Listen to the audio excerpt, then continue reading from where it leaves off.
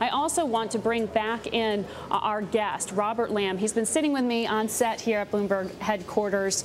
You're now a professor at NYU, but you did work with Sandy Weill, the man who built Citigroup virtually by hand into the financial colossus it became pre-crisis. Sandy has said that he regrets hiring Chuck Prince, one of the men we're listening to today. He handpicked Robert Rubin to come in and to work at that institution. The two of them sitting side by side, basically both saying, we didn't know, we had no way of knowing the level of risk here.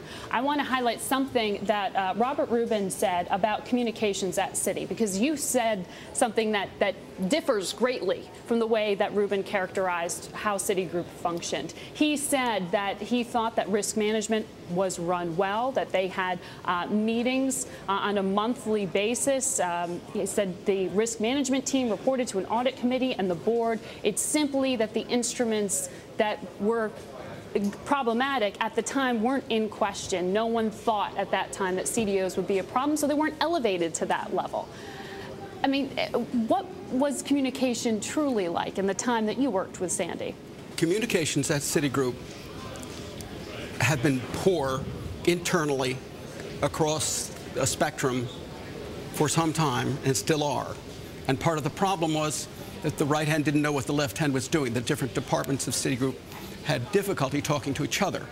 But most important, Robert Rubin was head of the executive committee of Citigroup. And when asked about the credit derivative structures that he was, letting go through or allowing to proceed, Citigroup had more of these than any firm. And he said, I know nothing about these. I don't understand these. We have experts who handle this.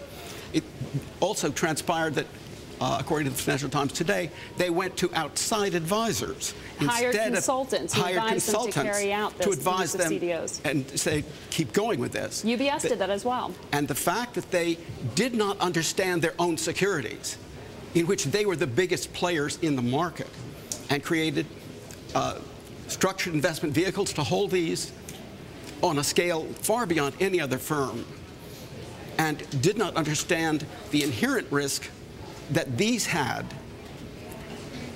meant that they don't understand the relationship between risk and reward, that they assumed what the rating agencies also blindsided themselves with. Hard to believe that they didn't understand, or at least feel the need to question the way that the firm was deploying capital.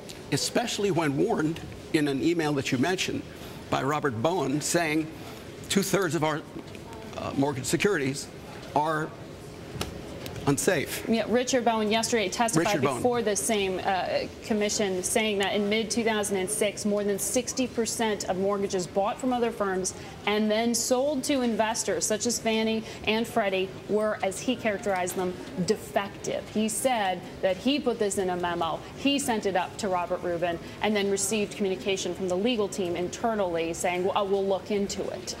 So, I mean, is this a matter of shuffling papers, or, as I guess what the point of some of this conversation is was there criminal negligence in some form to not ask the questions that would lead you to highlighting some of the issues in front of the board? I mean, how common is this? I mean, as a professor, when you're teaching your students, how representative of the financial institutions is Citi's board?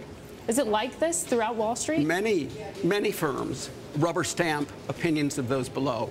The problem here was this was the largest player in this market, the largest creator of these vehicles that structured these securities, and that also did the credit default swaps on a massive scale. And so for the people in charge of the executive committee not to know what these were, what was contained, what their potential risk was, even given warnings about those, makes no sense. Did Sandy ask questions like that? Did he ask about mark-to-market accounting? Did he ask about what was on the trading books? I wasn't with him when he asked that. Before he knew that they had problems in back office when I talked with him. And part of this goes back to the right hand not knowing what the left hand was doing and sort of internecine warfare between different parts of the bank that didn't have systems that could talk to each other. Well, it's failure to communicate leading to a failure of a financial institution is what you're saying here. We're going to continue to monitor this hearing that is underway.